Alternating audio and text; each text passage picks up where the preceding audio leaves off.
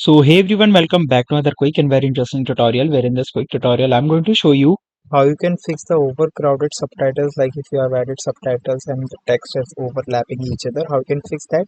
Now in order to get that fixed, just simply click on this option of file on the top left corner, then click on project settings. In project settings, here you'll need to go to this option that says subtitles and transcribe. Now here you'll see this option that says max character per line.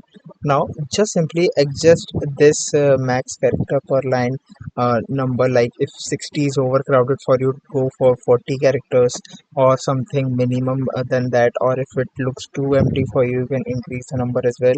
And I won't recommend you to change this minimum caption duration settings, but if it helps you to fix the issue, you can simply change the subtitle setup settings from here as well, and it will definitely gonna solve your issue. Alright, so that's it for this tutorial. I hope this video will be helpful for you. Make sure to hit the like button and subscribe button for more such helpful and interesting tutorials. See you in the next one. Take care.